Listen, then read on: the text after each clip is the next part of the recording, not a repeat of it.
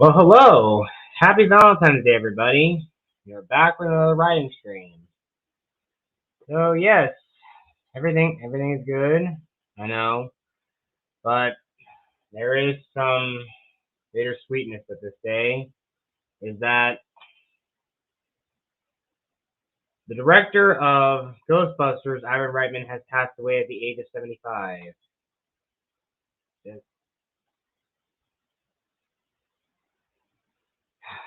I couldn't even fathom how that could even happen. But at least, hopefully, the Ghostbuster franchise is in good hands with his son. So that's a good thing to note.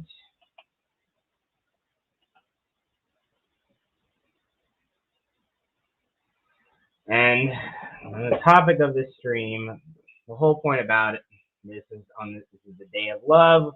It is about, of course, the genre of romance. Now, personally, I actually do like the concept of romance, but again, it's not like the typical things you normally just associate with. I mean, if you look at like simple rom coms and any sort of romantic films, like The Notebook, really The Notebook sort of tells you how not a romance doesn't work, right? Or basically how relations in general just don't work. Because the thing is, things really need to be more natural. Kind of exactly what goes on in the idea of it, where it feels natural, but it feels like, I know it may be a bit of a cliche with the whole, love at first sight kind of thing, but it's still interesting at times. But but I want to show you something that I actually completed over a year ago, and let me share my screen.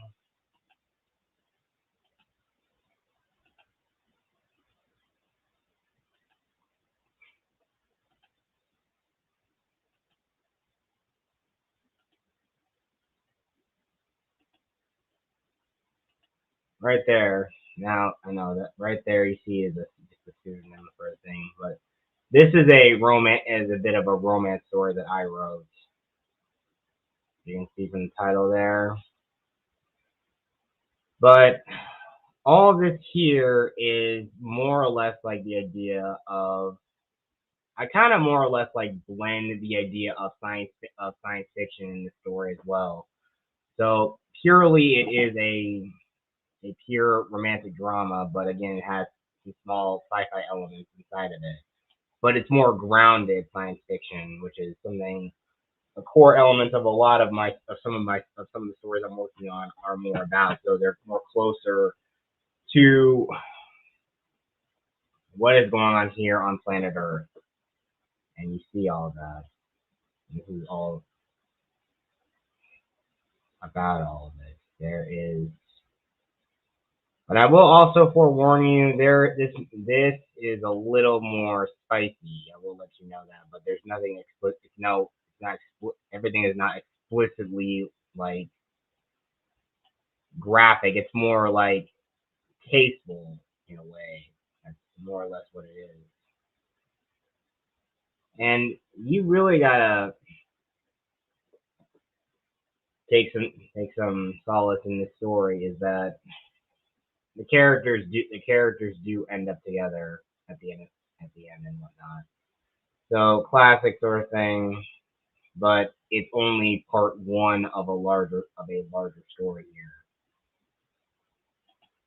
So what do I mean? Well, again, the best way to describe it is there's a lot of love. There is a lot of, I'm gonna say it. Things are gonna get like very naughty in places, but not like like graphic, kind of stuff you're gonna see on like. But it's just more tasteful kind of stuff. It's more of the tasteful stuff. Like you see in any sort of like film, like maybe that film with Chloe Grace Moretz, Liam Neeson. movies like that essentially. Or not no, I mean Amanda Seyfried. That's who I was thinking. Yeah, I messed up the name there. But it's more of a, like how it's depicted is more beautiful and more poetic. But the thing is, the gist of the story is that it's about a young man who is more or less in his early 20s who's depressed, and obviously he's feeling a lot more anxiety. But he does. But I mean, it's so much as so that he doesn't even want to go like try to go back to school, even though people are telling him that he should try. And the reasons why he's depressed is that his father died. His mom is equally depressed. It hurt her more than it hurt him. But it's just that it's more or less about that. But the strange thing he's having about this is that he's having very lucid dreams about a young woman, and of course these dreams get very hot and heavy all the time, and that's more or less the story is. But there's an underlying bit of conspiracy about what he has with her. But things start getting a little weirder when one day he wakes up and finds the girl lying right next to him. You start wondering, whoa, wait, she's a she's and that imaginary person that's actually real. Is he hallucinating? Is it all real? What? That's the kind of thinker about it. But the thing is, what you're gonna learn more about the story is that it is more. There's more to the story. In fact, there's more to the girl that he's having these dreams about, and that's the gist of what this story is.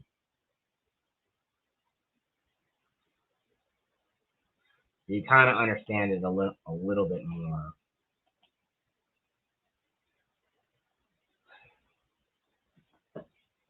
But like I said, though, this is more or less gonna be like a trilogy of sorts.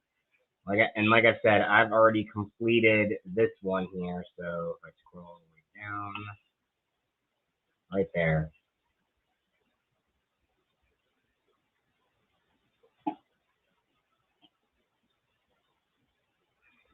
So yeah, that's about it. Really something that I just really like to explore because, again, perfect day to just like talk about this. I mean, I know I've had this project for months. I've had this project in the work for months, but that's more or less what you're seeing on that end. But there is the second part here. I mean, tonally speaking, this this one, all of them are basically are still telling a more consistent narrative. But the thing is, each one is more tonally different than the last one. Well,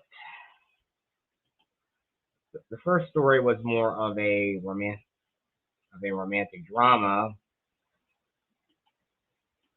This next story here, it kind of delves more into more psychological horror in a way. And again, it focuses back. It literally, and I think literally it picks up right, literally only an hour or so after the last story left off. Everybody, my characters are my characters sort of like settle down somewhere else, but things in their things start getting a little more strange when we find out that there's some insane person is stalking them. Because the main focus about these stories is that you're going to see there's a lot of dreaming involved. There's a lot of dreams involved in the story, aka why it's called lucid. The three things that really define this story are sex, dreams, and psychic powers. That's more or less what this is all about.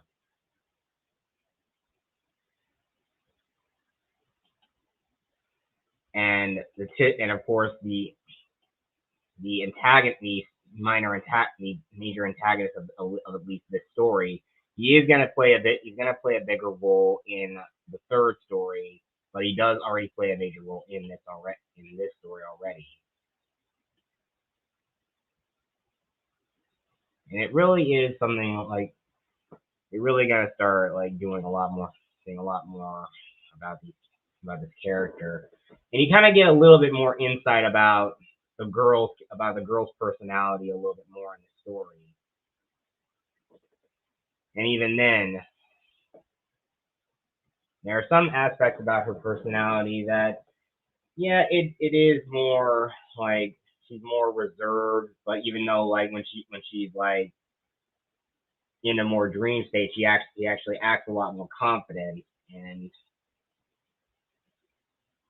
it really sort of brings out that sort of like this like part of herself that where she wants to feel that way, and even then, it feels more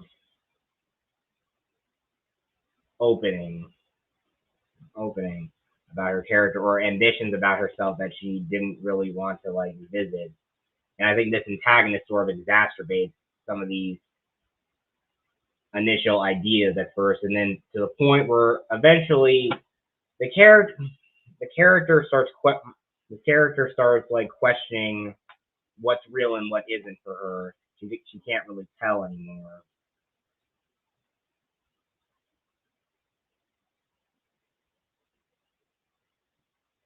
It's a really, really sort of like horrific, sort of really horrific idea about how things play out. Because even then, there are other characters that seem kind of like they're somewhat secondary antagonists, but before anyone starts talking about the idea of like those types of people who talk about misogyny, all that other stuff. It isn't really like that, but in my story, the thing is I kind of really more challenge these double standards about like how there are how people often like are like you can't like sort of like you can't really like objectify women and whatnot. But the thing is, there is literally a more supporting character in the story that more or less does the exact thing, but she objectifies both sexes because she's bi in this story, and it's not my main character, my two main characters.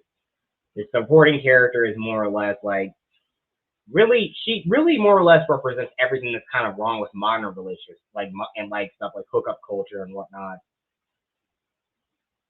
They really kind of like gauge what this character is about. And even then, there's always like that. There's also a character that I think when I wrote back this part, let me just scroll all the way down to where. So I've made tons of, and it's definitely longer than the last story, which was. Sorry, let me bring that back up. How many pages?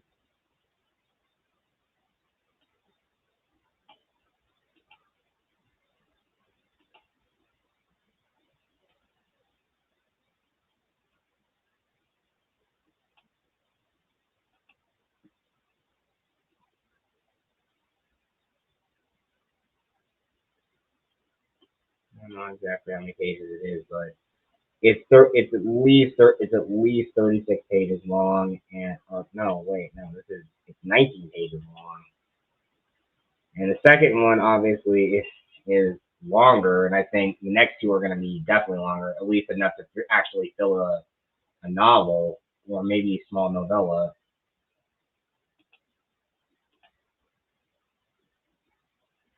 But it truly feels like it's a more consistent narrative. But when we get to the third story,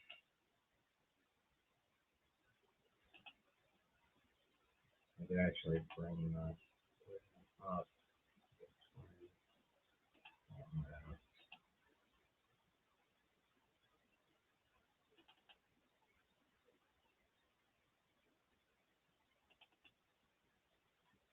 Yeah, the last story here is going to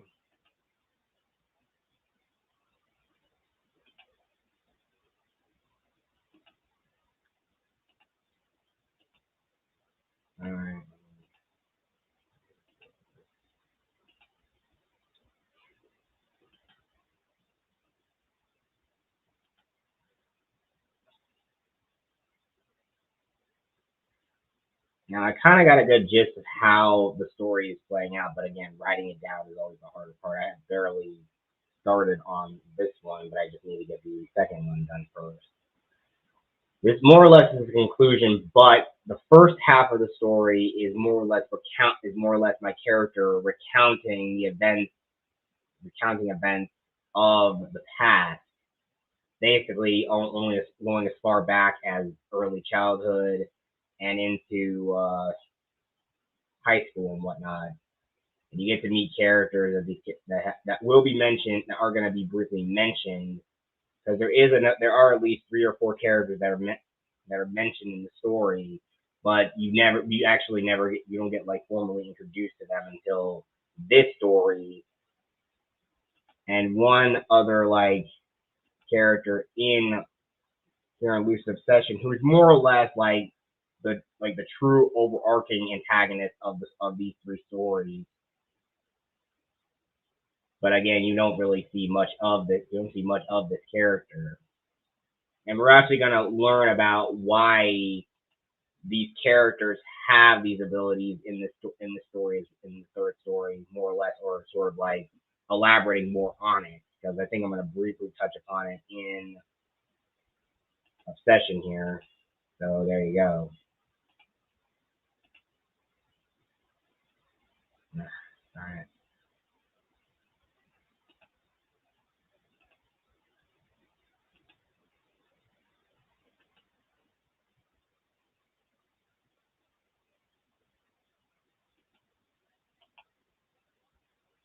Yeah, so they're gonna elaborate more on here, but we are going to briefly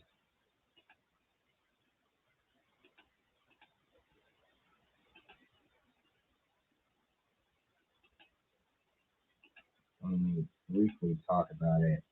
Sorry, hard quit switching all these tabs up. It's gonna be briefly touched upon here in Obsession, but after that, we're gonna see more of who these characters are as people, how they grew up. Well, at least my main protagonist, how they grew up. So it's mostly about that. And again, at its core, it is a romance story, but also at its core, it's a pure science fiction story because if there's anything I really like, I've always any sort of like superpower I've always been fond of. It's always been the ability of having psychic abilities like telepathy, telekinesis, or psychokinesis, stuff like that. And it's really always been something that I really been really never really thought about. But another interesting thing I wanted to make about the story is that it actually exists in the same universe as my superhero magnum opus story. So technically, this trilogy is more or less a prequel to that. Is more or less a prequel to that story. And again, it ties in to the main villains of my magnum opus, Adam Omnex here. Let me just see if I can bring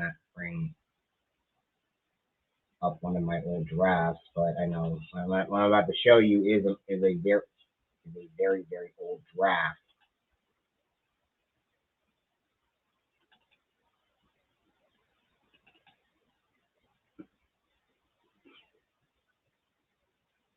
Now, yeah,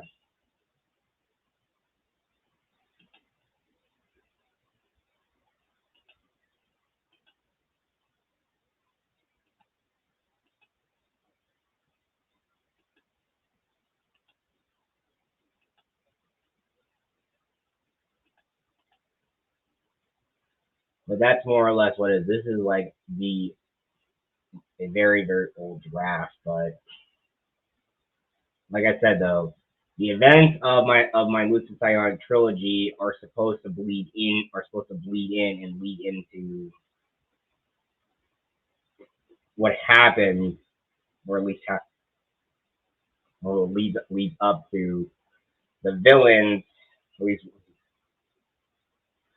of this superhero story. Because I think the villains of Adam Omnics are supposed to have like psychic power, or supposed to have psychic powers of some kind, and even then, other superhuman abilities are linked to psychic phenomena in a way, or is basically a way that, or the sort of thing that is explained of what is able to trigger such abilities.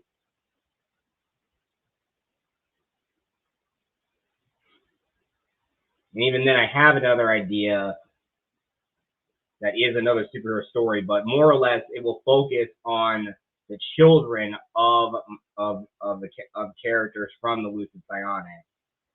So more or less, it'll be more focusing on them. And basically, in here in Atom Omnics, it's more or less going to talk about how everything is supposed to play. Thing is supposed to play out, or more or less, his character is going to get introduced as like it's going to be like a sort of like backdoor origin story. Well, not necessarily backdoor. He only he'll briefly talk about his origin, but then it's going to move on and then and it's going to like lead off into his own set of stories. And occasionally, my character Adam Monks will cross over with this character, so it's gonna be it's like a small like little superhero universe. At least there's at least a couple other characters in Atomonix that will like that'll play a bit of a role in like some character in some like small story arc that sort of like spins off into their own little thing though. But this is for more or less for like another character who's supposed to be like a sort of ninja, like be like a ninja assassin type character. And his story is supposed to spin, and that sort of little story arc is supposed to spin off into his own little set of stories, for his own little book, along with this like descendant character. But this only takes place maybe 10, 20 years, like maybe 10 or so years after the events of the Lucid Psionic with Atom Omnics. It takes place only several years after it. But again, this other superhero character that is going to be introduced here in Atom Omnics is it's more or less is going to be,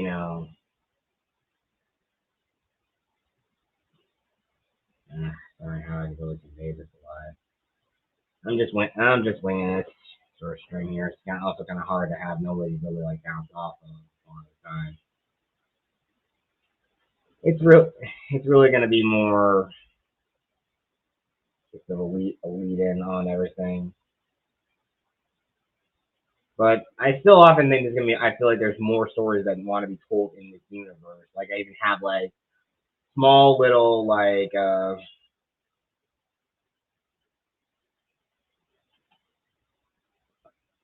other stories here. Let me bring this part up. Yeah, this is more or less of an overview. I want to tell other like smaller stories told within universe about these characters, and it's just more or less like some more crazy fun ideas.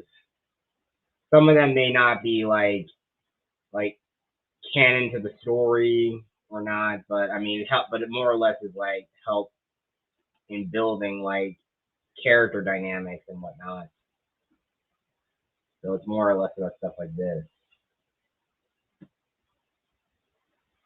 and just like simple like silly stuff involving more or less minor characters also.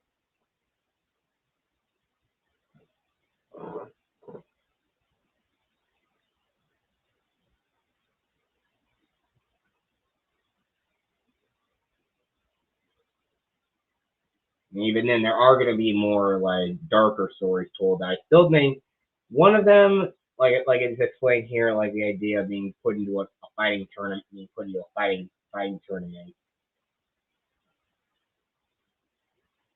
and more or less captured in doing so.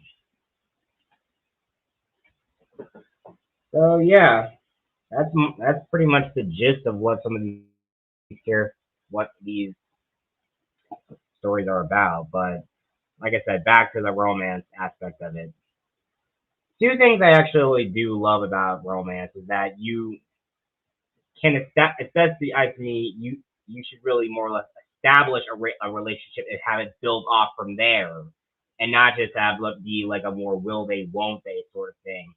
It kind of just like more or less runs like the reader through circles more or less. I know some people may find that because it makes good drama, but personally, I'm kind of irked by that sort of trope. But I think if you're going to establish a relationship, it helps make the characters better and more well written. And really, always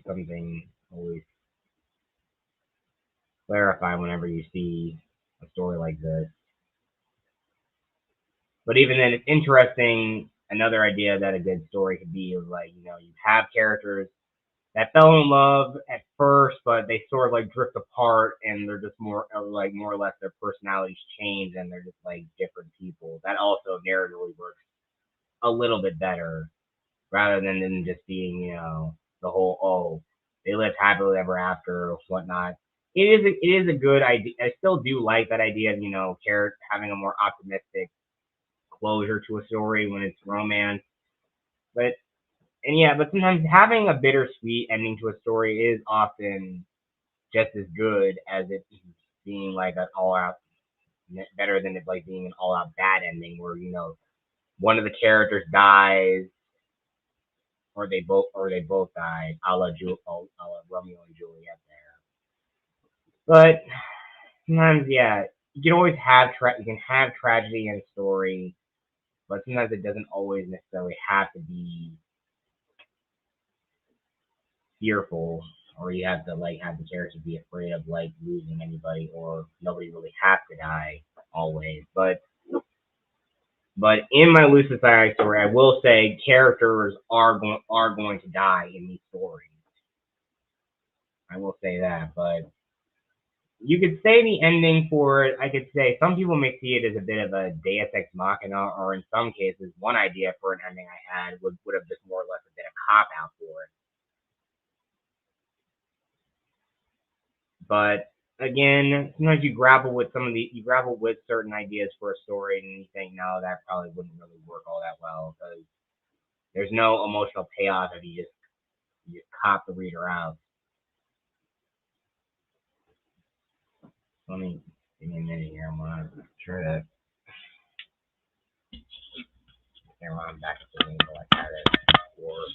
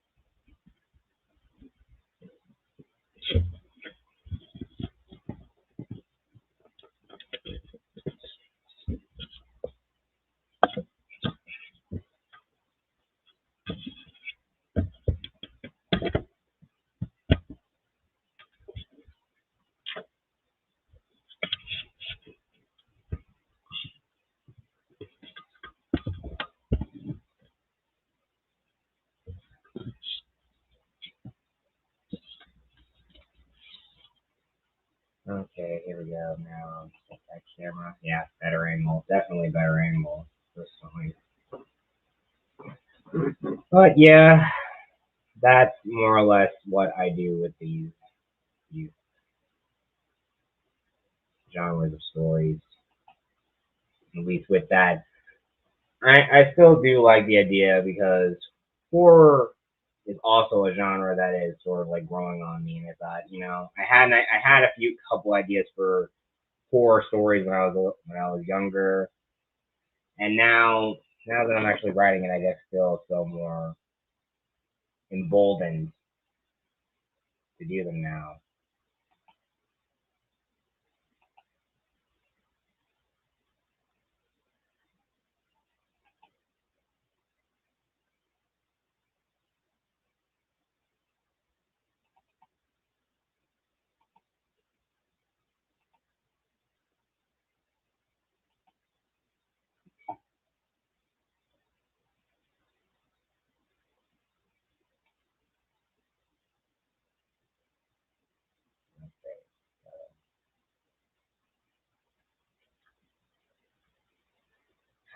I mean, it's a testament to how much I've done in terms of this story, how much I've written.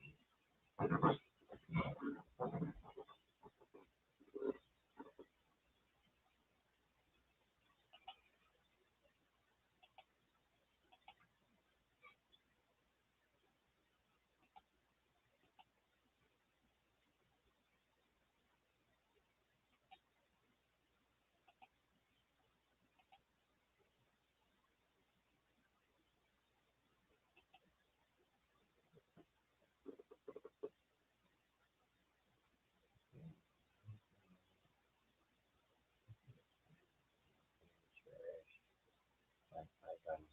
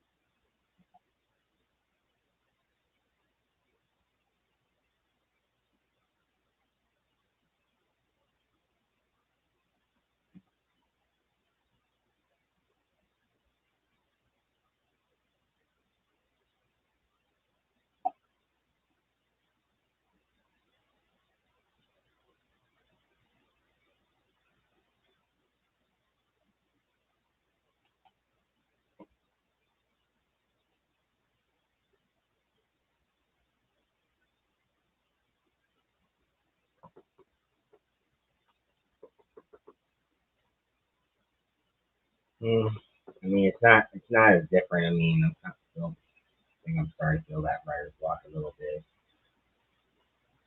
I feel I have to read back through everything and just like have to refresh my memory a little bit.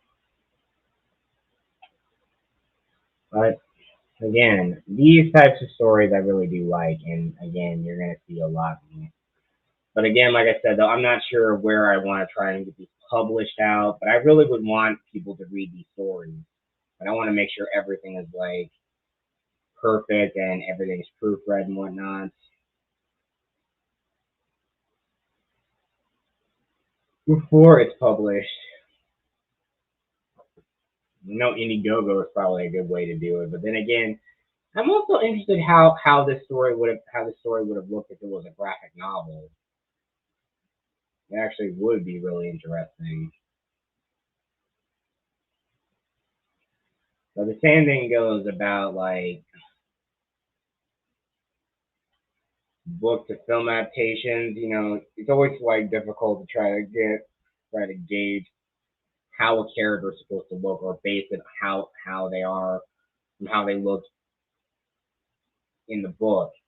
Because I think I've stated in my story that my character, at least my main female protagonist, is supposed to have black hair and blue eyes and a bit of a pale complexion, but her eyes are probably the most striking feature about her. And she's got like very like cute. She's something that looks like she's basically someone who would look very cutesy, not really like knockout whiplash beautiful, more or less. But even then, like since beauty is in the eye of the beholder, there are a couple characters that truly like see her as like she's extremely beautiful. But again, that's just like you know eye of the beholder sort of mentality talking there. But again, some of the comments she gets are actually from other women in these stories,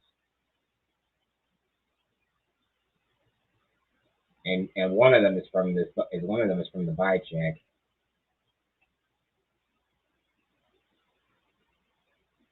So right there, there's a little bit of LGBT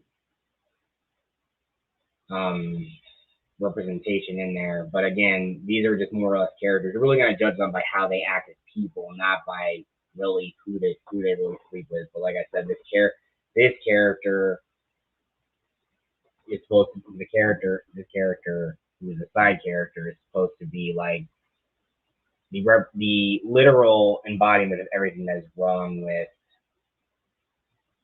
modern hookup culture and whatnot. And even then, she's a bit of an addict about you know what exactly, which again is covered up, which is like mentioned, which is like either some bits and some bits are implied, others are more depicted. So yeah, she's more or less an addict of having sex.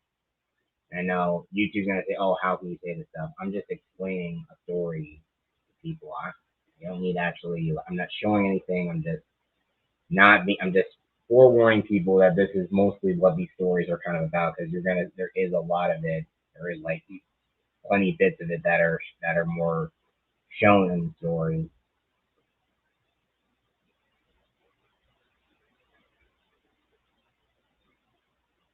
Yeah, just at least try to share the stream out. I put the link on uh Twitter out there if anyone wanted to come in and watch. And I think I better also just like share it on other places too, like Instagram.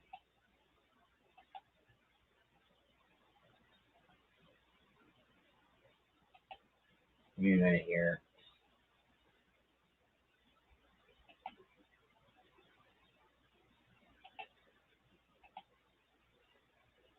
Okay, I don't know if you actually hear if there's any of you here in the background or not, but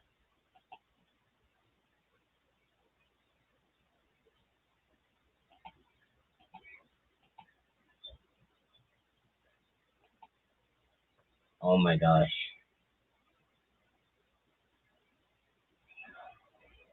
this is sounding very very grainy right now. It is weird. So a small window of the stream. Like it is real. I don't know what is going on. It's really really grainy. It didn't sound. My mic didn't sound like this yesterday or the other times before. Let me just go offline for a bit. Let me just check this.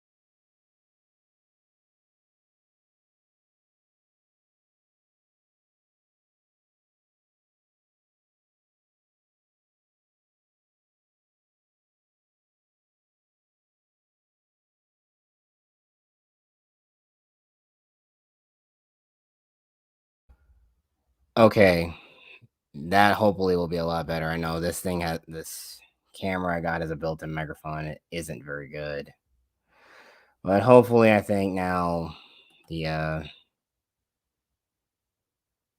hopefully the stream will be a little more clear now.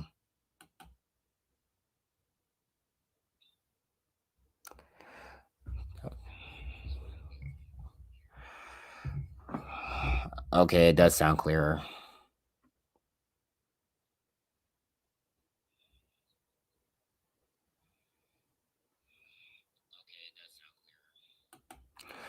Okay, so back to that. I'm really sorry about that short interruption there. Just like StreamYard, I really messed up when I tried to do the whole thing here. It really didn't come out the way I wanted, but like I said, the story I've cultivated is truly something special in my eyes, or at least to me it is. And I was debating whether or not I should actually continue doing such stories, or continue doing streams talking about them to you, all of you, or anyone who ever is watching or in the future. But like I said though, but again, there's also this comfortability of a lot of things with these characters, and I mean, again, really, how relationship is depicted in this story is more or less how really a lot of relationships should be viewed nowadays. I mean, there are things that both spouses don't need. The only thing they really need from each other is really affection, and that's really kind of it. When they spend time with each other, that's always a beautiful thing, but they don't need to always be together all the time. And even that's the reason why I have characters in the story to help cultivate some sort of camaraderie between them and both my protagonists interacting with other characters other than themselves. And there's literally going to be a scene later on in the book that I haven't written yet, but I already have most of how that scene is supposed to play out in my head. Is that even though like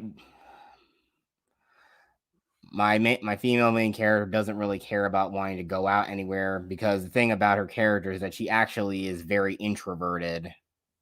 And I think maybe I portrayed introversion the best in the story, and even then in the next story you're going to see more of how my character's personality is. And it's just like a really sort of thing. And I mean, you could say in many ways that's kind of how my preference toward women in a way, because again, I always find those girls who are more shy and meek. I find that very very endearing personally, and I know, again, both my characters in some way are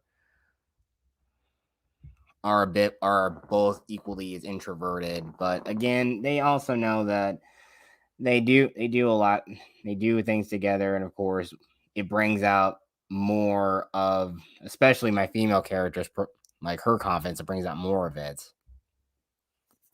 So you kind of understand how everything goes with them, and you get to learn and understand how they interact.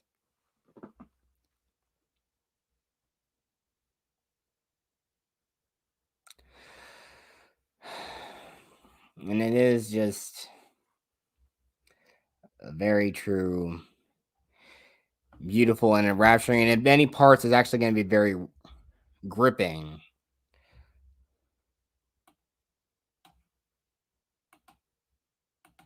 It's more or less what you get.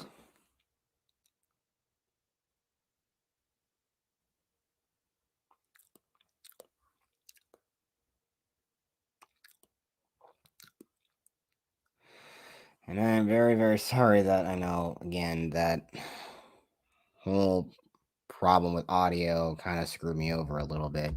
But I like having this camera at a different angle, and plus it has a built-in ring light, so it can always change the brightness on either being the light being cool or warm. But personally, warm look work matches better with the lights in my room.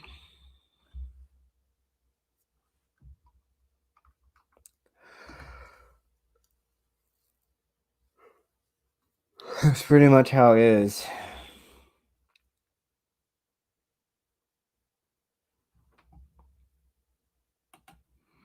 But heck, I will say this one thing is at the very start of the book, yeah, it kind of already like leads right into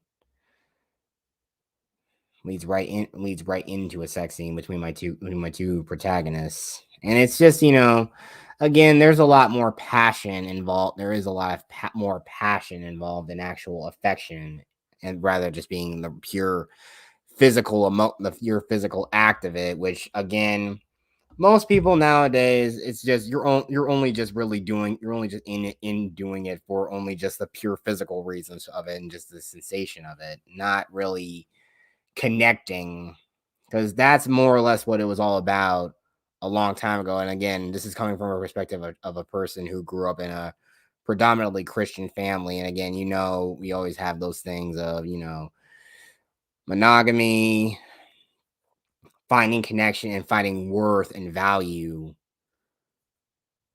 And that's what, God gives to you. You also have to live your life by trying to find meaning in the world instead of trying to question what is the meaning of life. You simply just have to find that meaning for yourself. And this to me, it gives me meaning. This is what I want. This gives me purpose. And I mean, a long time ago, like I said, I was always a person that always seemed to have his head in the clouds when he was a kid. And now I really feel like I found my purpose, my destiny. I know it's a pretty cliche thing to say, but hey, this is me. And this is what I want to share. I've been wanting to share this kind of stuff with people on my channel. And that's mostly what I choose to do. Either it's going to be talking about writing, talking about tokusatsu, or just gaming. And I do all that stuff. And I do all this stuff because, again, I just do it for the heck of it, and I like doing it. And again, like I said, I'm a tad a bit of a meek person because given how much I'm not really good at talking, and boy.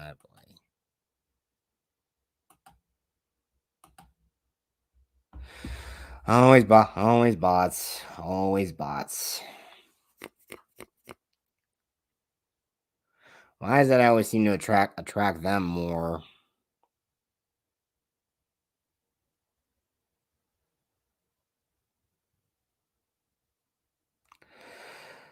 But yeah, this is just what I do. And like I said though, you can easily blend horror and like you can blend like sci-fi and romance together easily, just like how you can blend horror and comedy together. But I don't know. But I don't. Those are only two examples that come to mind with me when you try to blend two different genres together.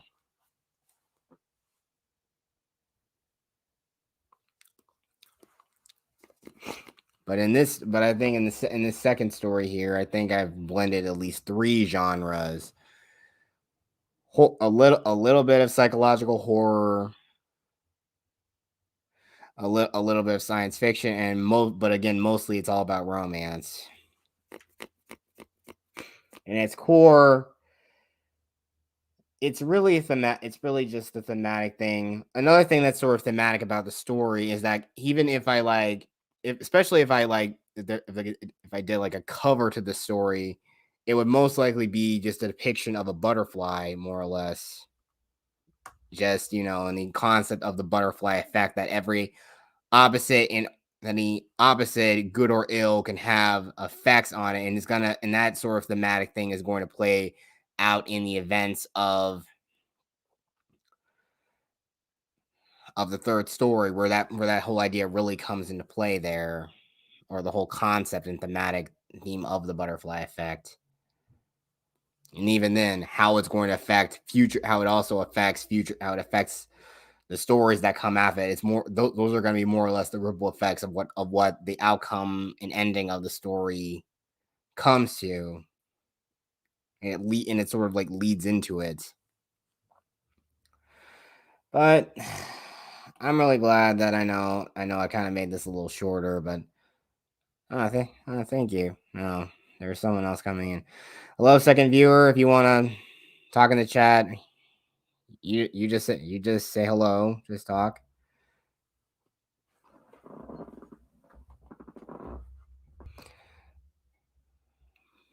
But like I said, though, this is really what I live for, and I love doing this.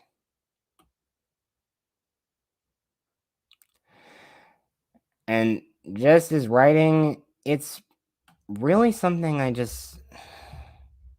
I mean, I really can't believe I actually never I really thought about this kind of stuff. But I think maybe since I always thought about these kind of stories and I had such a wildly overactive imagination and a very keen imagination about a lot of things, like I can easily come up with like stuff in a story as best I can.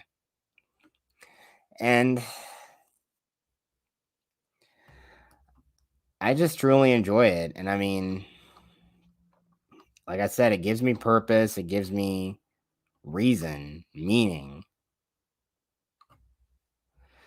And I think again, watching a lot of media growing up, whether it's like superheroes, films, and even just reading other books, they capture your imagination and inspire you to make more and build, and maybe just like even build off of other things that came before. I mean, like we already know George Lucas essentially was inspired by stuff like the 1950 Flash Gordon serials, and of course westerns and Japanese culture also sort of inspired the Jedi and his like tie to philosophy. He even wrote the book. He even like read the book about myth from Joseph Campbell, which I myself I think I need to read that so I can really sort of like gauge it. And that is that's pretty much it. Man, it's kind of hard not like interacting all that much in chat because nobody is like really wanting to say. They're just casually just sitting by listening. And I'm just happy that at least two people decided to stop by. But I mean, I leave the stream open. I mean, if anyone wants to join or just talk, I mean, but then again, I'm just sort of like worried who might come in unless I know exactly who they are.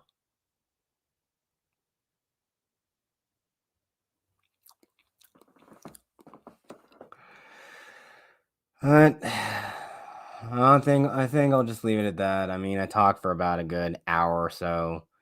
And I'm sorry that like for the first half of the stream, the audio was absolute garbage. So, yeah. Happy Valentine's Day, everybody. And I'll share more. And hopefully, if I actually have like my noodle actually in a better place to actually write and probably do it on stream and probably further it like I did with the last one I did. I really hope to see you guys there. And again, I'll still do like more gaming stuff. I did a little grinding on Grand Theft Auto. I might actually do that more of that in a few minutes or so if anyone's actually interested in watching that or seeing me essentially try to boredly just talk about it and not try to get like demonetized or copyright claim for having only a small snippet of music in there. Just stop by. And thank you all for tuning in. Peace out. and may the force be with you always.